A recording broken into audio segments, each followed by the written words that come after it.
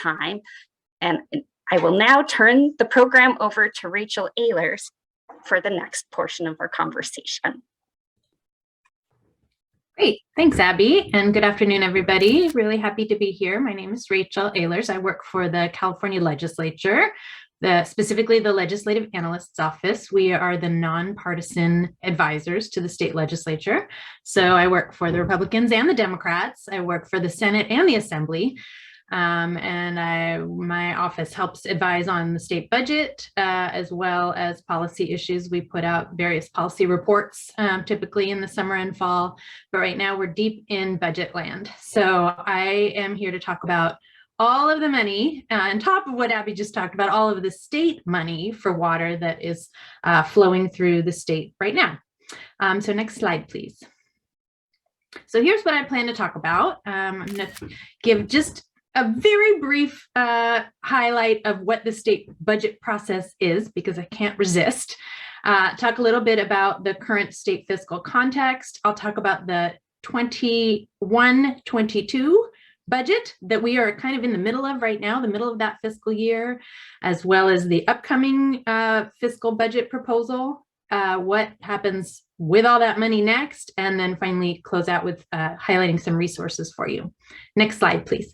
So starting with just 30 seconds of Budget 101, because again, I can't resist. This may be elementary for some of you and maybe new for others, but I think it's really important information for everyone to know, both so you have a sense of when to expect to see funds flowing from the state to the local level, but also when you can engage and when you can get involved. So the blue boxes here are steps that kind of happen on the governor's side of things, the administration, and then the yellow is on the legislative side that I work for. The green is where they have to agree. So on January 10th every year, the governor introduces his budget proposal for the forthcoming fiscal year. So just less than 2 weeks ago was the proposal for the 2022-23 fiscal year that will start on July 1st. My bosses will spend the next few months hearing about those proposals, thinking about those proposals, thinking about whether they like them or not, or what they might want to do differently. In May, the governor will release what's called the May revision, because then we'll have our tax receipts coming in after April and know what kind of resources we really have available for the forthcoming year. So we'll revise the budget proposal. In June, the legislature will put together its own package, work and negotiate with the governor until they can finally come to agreement for a budget that hopefully will be signed by the beginning of the fiscal year in July. And then over the course of the summer and early fall, to the degree funds come in way more than we thought or way less than we thought, or there are other emerging issues that need addressing, there may be some revisions to that as well. So that's kind of what we're busy with up in Sacramento right now. But again, I think important context for you all to know about in case you want to get engaged in this process. Now is the time. Next slide, please. So just some fiscal context. Who would have thought that in the middle of a raging pandemic, we would have unprecedented levels of revenues available at the state level to spend? We are in a very, very strong fiscal position. The budget that was passed last summer by the legislature contained a $47 billion surplus. And what we mean by surplus is funding above and beyond all of the existing commitments that the budget already had in place from the previous year. Looking ahead at the new proposal for the forthcoming fiscal year that the governor just released, contained an additional $29 billion surplus beyond that was accounted for in the last budget. So of course, we don't know how much of this funding will kind of sustain in future years, but really a lot of money rolling into the state right now. Next slide, please. So what did we do with that money? This is just a pie chart that shows you of that $47 billion surplus that the legislature appropriated in the last budget. You can see most of it was for one-time or temporary spending. And that was, again, because we don't know how long these trends will continue. We don't want to build up new ongoing programs that then will have to come in and be cut. in future years. So you can see the purple slice, there was some ongoing spending. The light blue is something that we're always really happy to see money put in reserves for cases when there is a fiscal downturn. But most of it for one-time and temporary spending, including a lot of spending on water, which we'll talk about in a minute. Next slide, please. This is just another representation of how that money was spent. This is not just the surplus, but all of the ongoing general fund in the state budget, close to $200 billion of general fund, which is kind of our basic operating resources for the state government, tax proceeds. So biggest category is always schools and community colleges. Constitutionally, that has to be at least 40% of our state budget. But you can see the second largest category there is resources and environment, which is, again, unprecedented. That is not usually a large source of general fund spending at all. Usually we use bonds to the degree we are prioritizing spending for resources in the environment. So really exciting. You can see it's almost all one-time or temporary, not ongoing.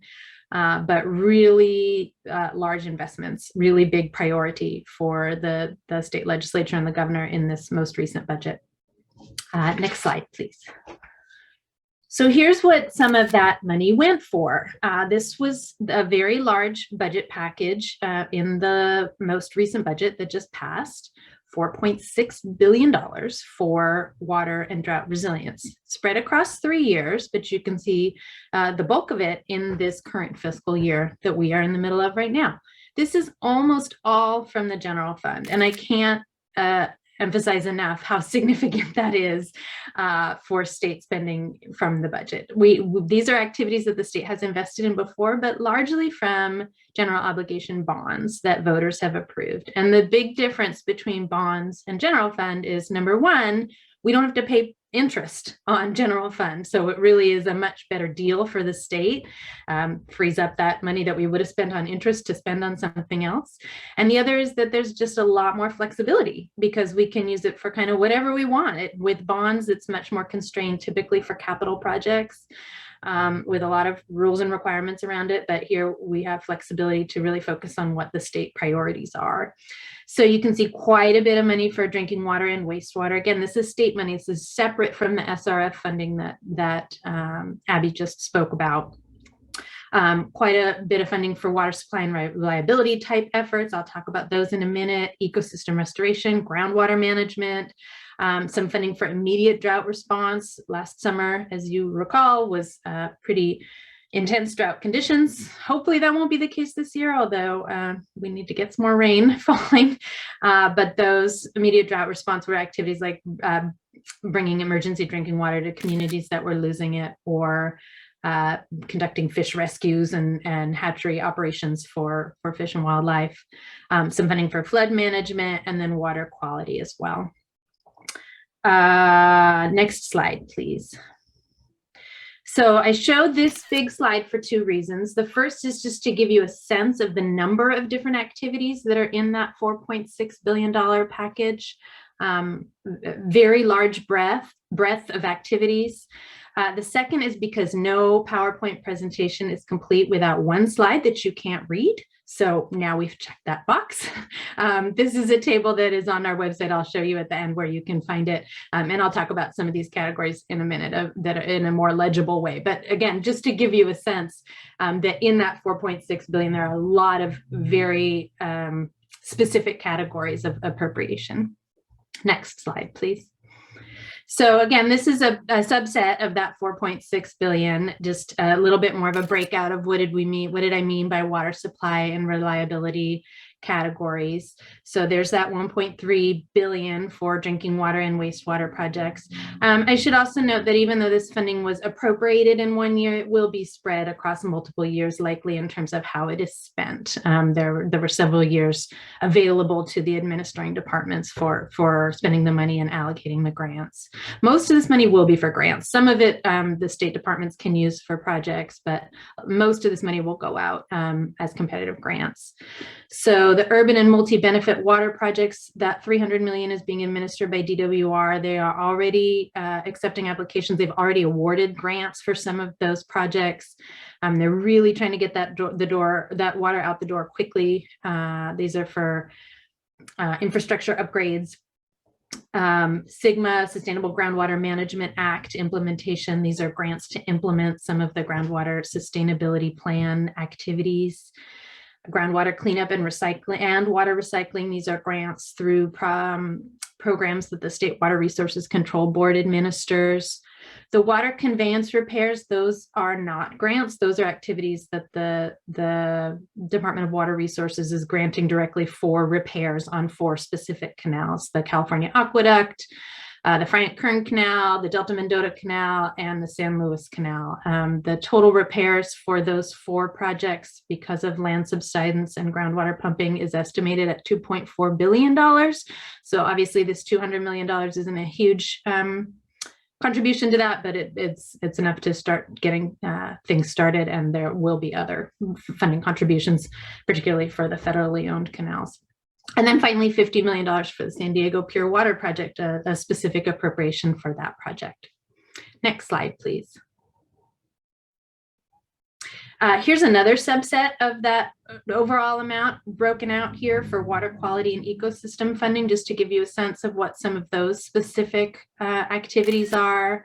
Water resilience projects. This is a new grant program that's going to be administered by the California Natural Resources Agency, specifically for projects in the Delta, San Joaquin River and Sacramento River and tributaries, really trying to improve habitat conditions in a way that hopefully will help improve conditions for fish and wildlife, so that it's not just water flow that they need, but also other activities that are helping improve the resilience of the habitat conditions in the Delta and its tributaries. Stream flow for the environment, a new program that the Water Conservation Board is going to be administering. Additional funding for resilience for fish and wildlife, more funding for the Salton Sea, more funding for the LA River restoration, funding for the Water Board to administer a new program addressing PFAS contamination, and then funding for Border Rivers water quality. So again, just giving you a sample of the breadth of activities for which funding was provided. Next slide, please. So in addition to that $4.6 billion water package, there are some other areas of funding in this current budget that was passed by the legislature last summer that I wanted to raise for you. There was a separate budget package related to climate resilience that included funding for activities to address extreme heat and sea level rise and some other activities. But some of it did have overlap with water here. You can see almost $800 million for quote unquote multi-benefit and nature-based solutions. That's still a little TBD what that funding is going to go for, where that's part of the ongoing budget negotiations right now to specify, even though that money has been provided, exactly what it should go for is still being worked out. $500 million for coastal protection and adaptation projects. That's going to be administered by the State Coastal Conservancy, primarily through grants. And then about $400 million for the Wildlife Conservation Board for fish and wildlife projects. In addition to all this general fund, we've still got bond funding from previously authorized bonds. So this most recent budget included $572 million from Prop 1 and $240 million from Proposition 68 to continue the ongoing programs and grants that those bonds were funding. Another round of funding for the Safe and Affordable Drinking Water Fund from SB 200, which passed a few years ago and provides that ongoing stream to address drinking water issues. And then some funding also for the Department of Fish and Wildlife, both one-time and ongoing, to address some of their priorities, including the California Endangered Species Act implementation, which they have not had sufficient funding to really address their responsibilities and have gotten a boost there. Next slide, please. So all of that, again, is from the 21-22 Budget Act that was passed July, amended September. We're in the middle of that year. That funding is starting to go. But now here came January 10th, and we are again in the budget process with the governor having released his proposal. And here are some new proposals that are on the table for the forthcoming fiscal year. Really, it's not as much as last year, but there's a big chunk here for drought response activities, or what are characterized as drought response. I think some of these seem like a little bit addressing future droughts, not necessarily current drought, and includes this $250 million that's sort of a placeholder to wait and see how the hydrology develops over the spring. So these are proposals that the legislature is in the process of kind of considering now for the forthcoming budget year. Next slide, please. This is just touching on the federal funding, the SRF, state revolving fund funding that Abby mentioned. These are 5-year numbers, but those 4 specific programs, the Drinking Water Fund, the Clean Water Fund, and then these 2 new categories for emerging contaminants and lead service line replacements. And as Abby mentioned, the first tranche of funding will come to the state. We heard from the water board maybe this fall, but maybe earlier, maybe late winter, we'll see. And that won't flow through the state budget process because it kind of goes straight to the water board. They have what's called continuous appropriation authority to get those funds out the door. So when they get them and are ready to go, those will be online this year. Next slide, please. So next steps, all of this funding is in the process of being administered and allocated by state departments. So you should be seeing opportunities to apply for grants already. For some of the newer programs, they're still developing the grant guidelines and application processes. For some of the existing programs that just got a new tranche of money, those should already be starting to be available.